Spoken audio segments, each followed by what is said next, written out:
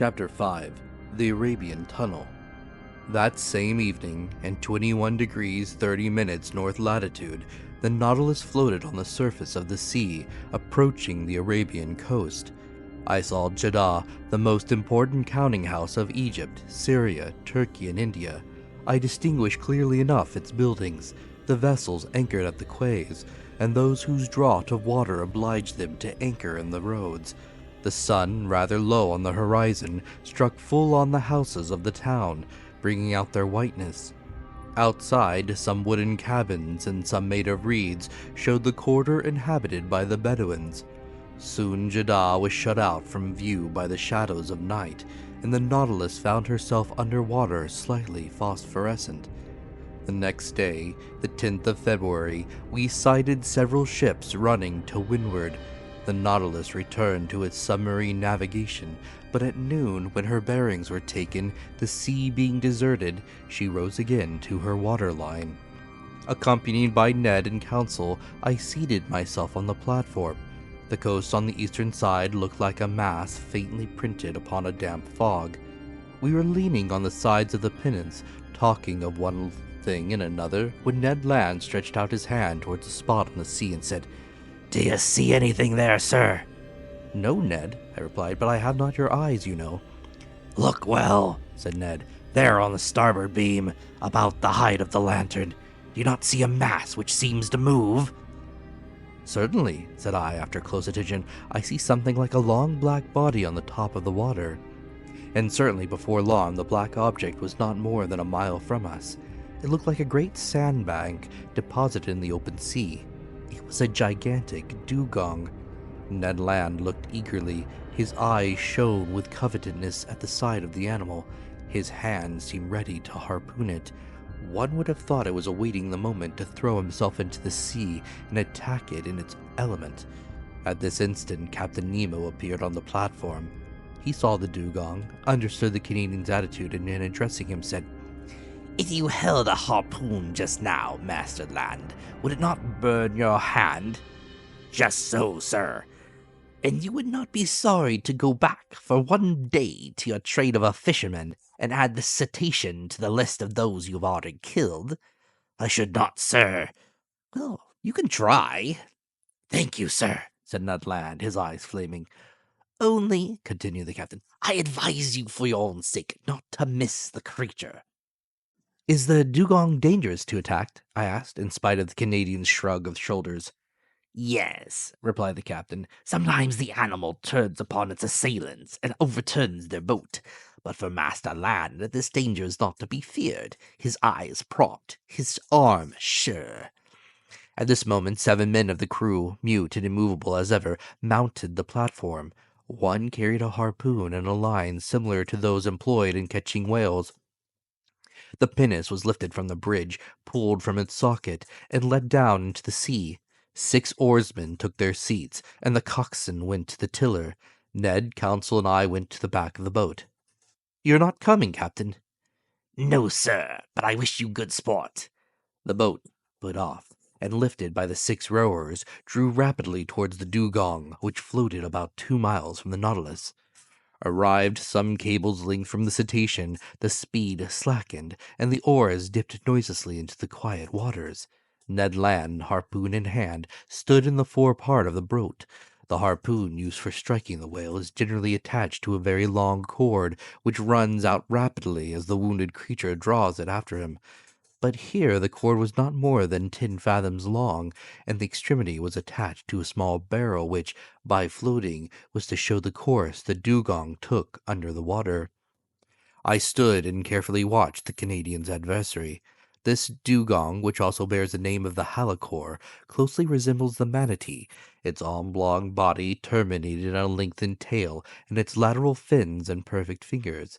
Its difference from the manatee consisted in its upper jaw, which was armed with 2 long and pointed teeth, which formed on each side diverging tusks. This dugong, which Ned Land was preparing to attack, was of colossal dimensions. It was more than 7 yards long. It did not move, and seemed to be sleeping on the waves, which circumstances made it easier to capture. The boat approached within 6 yards of the animal. The oars rested on the rowlocks. I half rose. Ned Land, his body thrown a little back, brandished the harpoon in his experienced hand. Suddenly, a hissing noise was heard, and the dugong disappeared. The harpoon, although thrown with great force, had apparently only struck the water. "Curse it!" exclaimed the Canadian furiously. "I've missed it!" "No," said I, "the creature is wounded. Look at the blood, but your weapon has not stuck in his body." "My harpoon! My harpoon!" cried Ned Land. The sailors rowed on, and the coxswain made for the floating barrel. The harpoon regained, we followed in pursuit of the animal. The latter came now and then to the surface to breathe. Its wound had not weakened it, for it shot onwards with great rapidity. The boat, rowed by strong arms, flew on its track. Several times it approached within some few yards, and the Canadian was ready to strike, but the dugong made off with a sudden plunge, and it was impossible to reach it. Imagine the passion which excited impatient Ned Land. He hurled at the unfortunate creature the most energetic expletives in the English tongue. For my part, I was only vexed to see the dugong escape all our attacks. We pursued it with relaxation for an hour, and I began to think it would prove difficult to capture, when the animal, possessed with a perverse idea of vengeance of which he had cause to repent, turned upon the pinnace and assailed us in its turn. This maneuver did not escape the Canadian. "Look out!" he cried. The coxswain said some words in his outlandish tongue, doubtless warning the men to keep on their guard. The dugong came within 20 feet of the boat, stopped, sniffed the air briskly with its large nostrils, not pierced at the extremity but in the upper part of its muzzle. Then, taking a spring, he threw himself upon us. The pinnace could not avoid the shock, and half upset, shipped at least 2 tons of water, which had to be emptied, but, thanks to the coxswain, we caught it sideways, not full front, so we were not quite overturned. While Ned Land clung to the bows, belabored the gigantic animal with blows from his harpoon. The creature's teeth were buried in the gunwale, and it lifted the whole thing out of the water, as a lion does a roebuck. We were upset over one another, and I know not how the adventure would have ended if the Canadian, still enraged with the beast, had not struck it to the heart. I heard its teeth grind on the iron plate, and the dugong disappeared, carrying the harpoon with him. But the barrel soon returned to the surface, and shortly after the body of the animal turned on its back.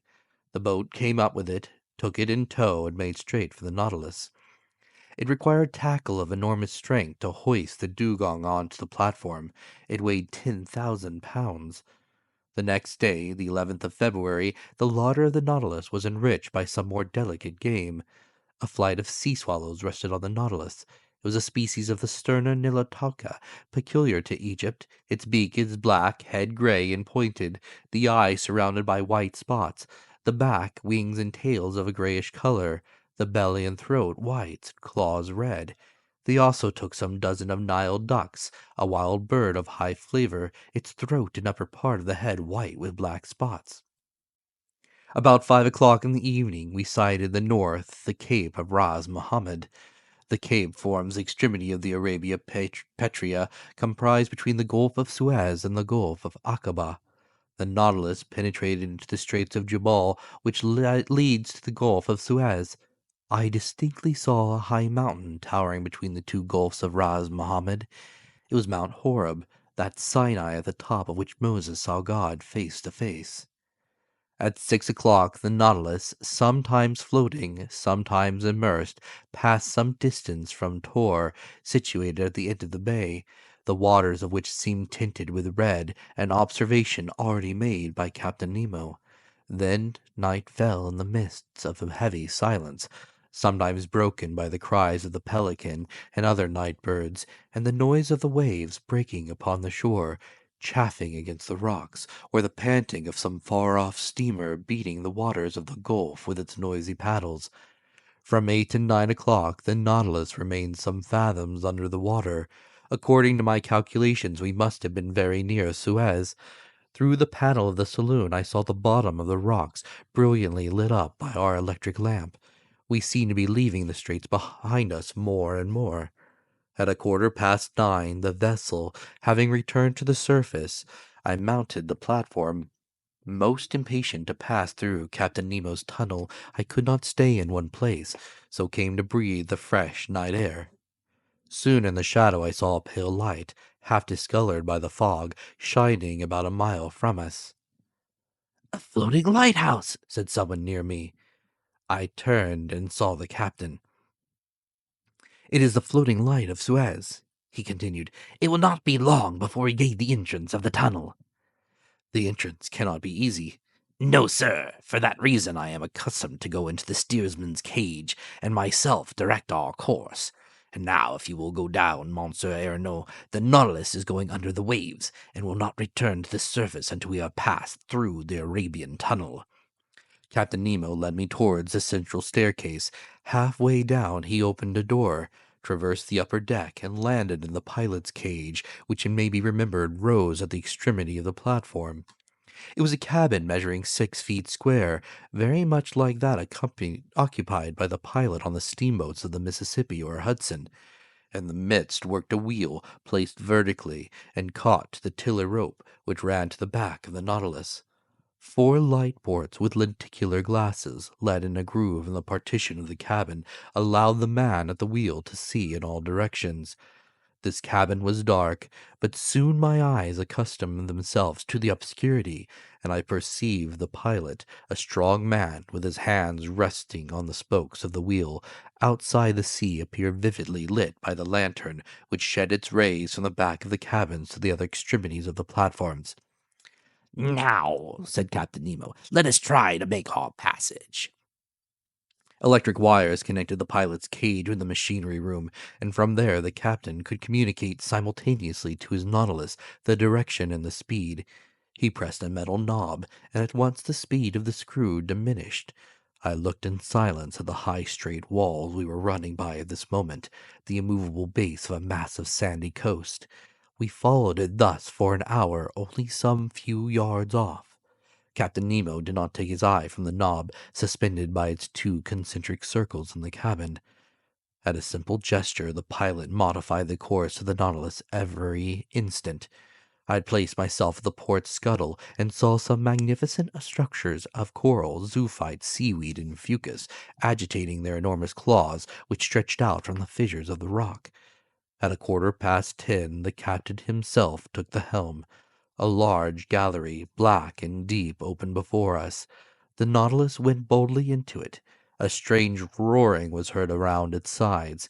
It was the waters of the Red Sea, which the incline of the tunnel precipitated violently towards the Mediterranean.